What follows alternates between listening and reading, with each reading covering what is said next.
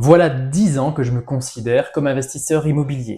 Et durant ces 10 années, j'ai appris beaucoup de choses et surtout j'ai des croyances qui ont complètement tourné. Le 25 juin 2015, j'ai visité un immeuble dont je suis toujours propriétaire aujourd'hui, qui a factuellement changé beaucoup de choses pour moi.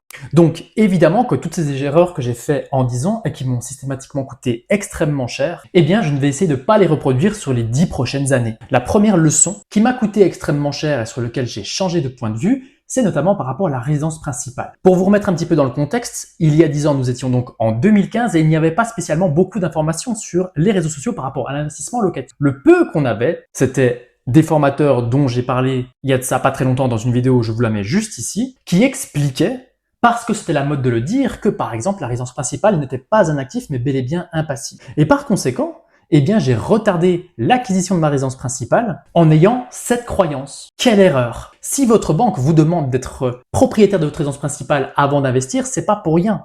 Ça veut bien dire qu'elle considère ça comme un actif. Et le simple fait, en réalité, que vous soyez exonéré d'impôt à la plus-value sur votre résidence principale est quand même un sacré indicateur. Je ne vous dis pas de vous jeter dans le bien de vos rêves dès la première opération et d'aller immédiatement saturer votre tranche de 35% de taux d'endettement, mais je vous dis quand même d'y réfléchir sérieusement si vous voulez développer une carrière d'investisseur immobilier. Parce que oui, c'est une zone de friction majeure dans la mesure où vous voulez vraiment faire du locatif. Cette croyance, elle a été énormément propagée sur les réseaux sociaux parce que, effectivement, comme j'ai dit, il y avait les fameux formateurs, mais il y avait également Robert Kiyosaki avec son fameux livre Père riche, Père pauvre, qui donne plusieurs leçons au sein de ce livre, qui sont vraiment excellentes, je ne vous le fais pas dire, mais en revanche, par rapport à la résidence principale qui est un passif dans notre pays en France, ce n'est absolument pas adapté. Et honnêtement, je pense que j'aurais pu être propriétaire de beaucoup plus de biens immobiliers si j'avais intégré ça plus rapidement. D'ailleurs, pour la petite histoire, j'ai vraiment fait un switch sur cette croyance, pour être très précis, en 2020-2021, mais je vous dirais que c'était vraiment à la fin d'année 2020, parce que au cours de ma carrière, eh bien, tout simplement, j'ai rencontré des gens qui avaient vraiment des patrimoines très importants, des marchands de biens très efficaces et très implantés sur leur secteur, et l'un d'eux m'a dit un beau jour, Renaud, je ne comprends pas comment un jeune garçon aussi intelligent, aussi motivé et aussi travailleur que vous fait pour me dire une connerie pareille. Achetez au plus vite votre résidence principale ou faites un montage pour pouvoir le présenter, parce que sinon vous allez être bloqué très rapidement et ce sera tout à fait normal. Dans la mesure où j'ai plusieurs personnes qui ont beaucoup d'expérience en immobilier qui m'ont sorti ça, et évidemment des personnes qui ne sont pas connues du tout sur les réseaux sociaux, et disons que j'ai commencé un petit peu à changer d'avis parce qu'effectivement je commence à être sérieusement bloqué par les banques. Et oui, l'un des points centraux qui fait que j'étais bloqué, c'était ça. Il n'y avait pas que ça, mais il y avait aussi ça. Et si j'avais été propriétaire de ma résidence principale, donc de 2015 à 2021, avant que je comprenne cette leçon, eh bien j'aurais pu amortir, on va dire, 6 ans de capital et j'aurais pu avoir une conformité bancaire bien plus forte. Donc, essayez d'y faire gaffe. Votre résidence principale est un sacré levier. Ça, c'était ma première leçon. Je tiens à rappeler que je fais des accompagnements pour les investisseurs immobiliers et par conséquent, vous pouvez bloquez votre rendez-vous avec moi, je vous mets le lien en description. La deuxième leçon, et là on va revenir également par rapport à tout ce qui se disait sur les réseaux sociaux en 2015, l'immobilier locatif, c'est des revenus passifs. Mais quelle erreur! Il n'y a qu'une personne dans mon entourage qui est vraiment propriétaire et qui peut vraiment dire qu'il fait des revenus passifs grâce à l'immobilier, mais pour mettre tout ça en place, ça lui a pris pas moins de 25 ans de sa vie. D'ailleurs, j'ai des personnes qui ont pourtant des gros patrimoines, qui continuent à faire les bails de temps en temps, qui s'occupent des dégâts des eaux qu'il peut y avoir dans leurs différents appartements, qui doivent quand même à un moment donné arbitrer et donc faire une phase de commercialisation, qui essayent de racheter, qui doivent parfois gérer des procédures pour des impayés. Bref, l'immobilier, ce n'est absolument pas passif, mais oui, si on le compare par rapport à une activité et par rapport à des revenus du travail, et c'est bel et bien ça que je distingue, les revenus du travail et les revenus du capital,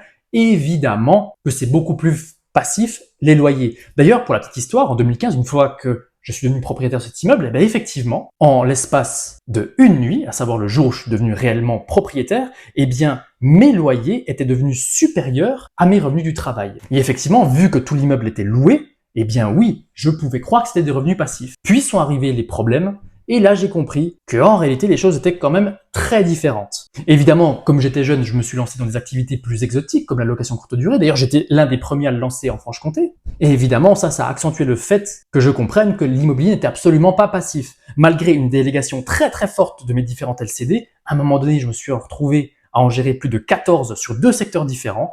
Et honnêtement, ça a été une sacrée galère. Alors oui, j'ai appris beaucoup de choses, mais même en rebasculant sur des baux, on va dire, plus classiques aujourd'hui, ou en faisant de la moyenne durée, ou en multipliant les différentes tactiques par rapport à mes biens immobiliers, eh bien je peux vous assurer que même sur mes revenus nus, je ne considère pas que ce soit du passif. Donc, piloter un patrimoine, ça reste du travail, et à moins que vous ayez réussi à créer une agence et que vous ayez mis en place un directeur qui maîtrise à la perfection tout ce que vous pensez sur votre patrimoine et qui gère l'intégralité, honnêtement, il n'y a rien de passif dans l'immobilier. Donc, retirez-vous ça de la tête. Oui, on peut gagner beaucoup d'argent. Oui, effectivement, les loyers peuvent être facilement supérieurs à vos revenus du travail, mais en aucun cas, vous ne pouvez considérer ça comme quelque chose de passif et honnêtement, ça demande de l'expertise et de l'expérience pour pouvoir faire les choses correctement. C'était la deuxième leçon et celle-ci aussi, elle m'a coûté quand même cher. Troisième leçon que j'ai apprise, le long terme bat toujours le court terme. Où est-ce que je veux en venir? Durant toutes ces années, nous avons connu un boom de l'immobilier de 2020 à 2022. Mais honnêtement, même sur la phase 2017-2020, l'immobilier commençait à pousser.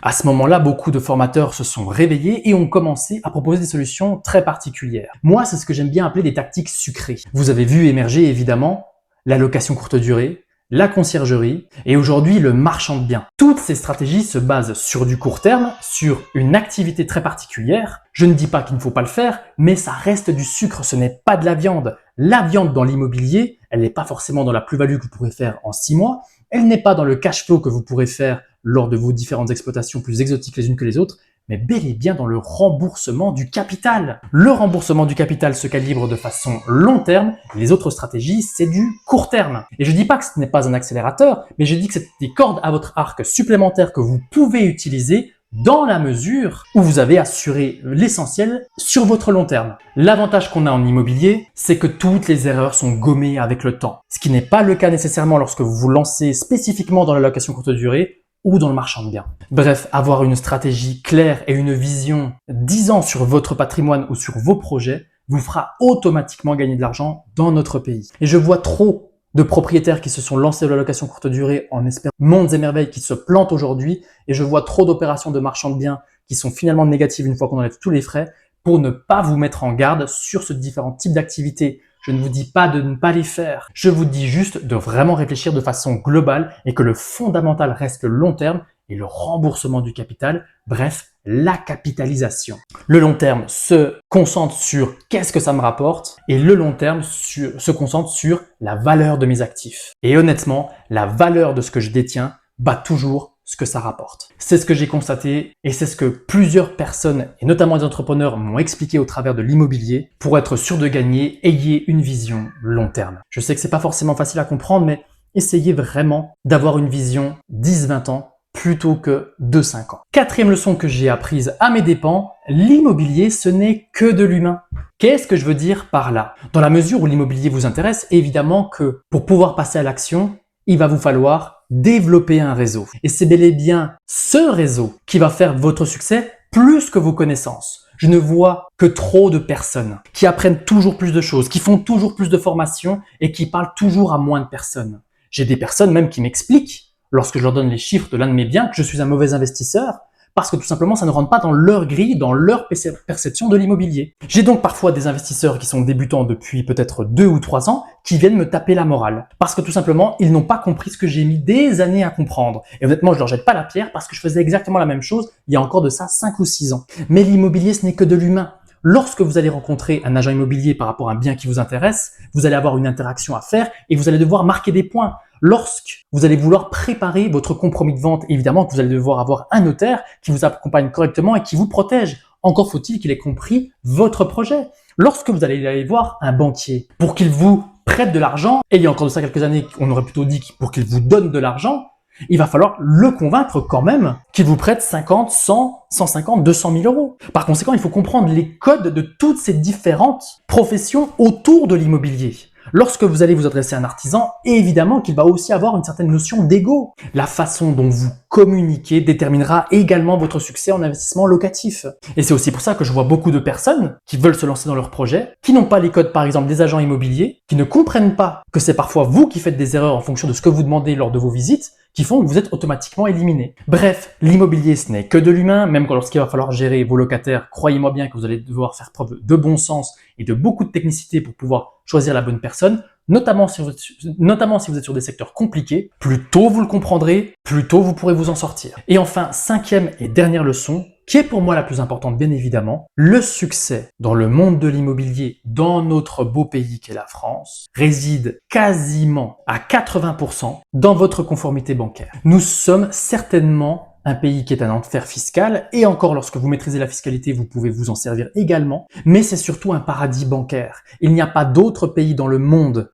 où vous avez des taux fixes aussi bas et où vous avez la possibilité de rembourser l'intégralité de vos crédits sur une période entre guillemets relativement courte, à savoir sur 20 ans. Le seul but pour vraiment atteindre un certain succès immobilier, c'est simplement de se mettre en conformité. Et cette mise en conformité parfois peut prendre jusqu'à 12 mois, contrairement à ce que vous pouvez croire. Je vois beaucoup de gens qui me disent qu'il leur faut juste 3 relevés de compte pour être à peu près propre.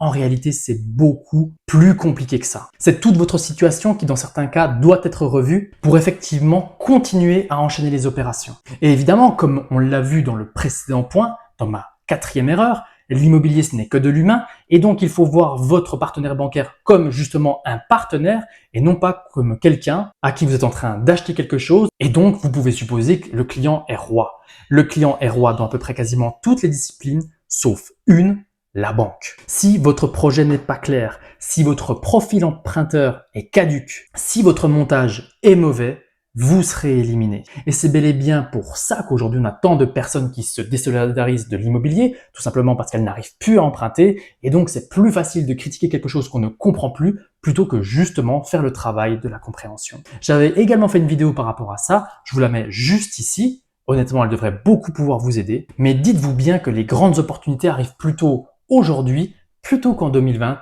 ou en 2021. J'espère que j'ai été clair dans cette vidéo, j'espère que ces petites leçons que j'ai apprises au cours de mes 10 années d'expérience en immobilier pourront vous aider également. Dites-moi si vous vous êtes reconnu dans l'une de mes erreurs, je serai ravi d'avoir votre opinion dans les commentaires et je vous dis à très vite pour de nouvelles vidéos. Ciao ciao ciao!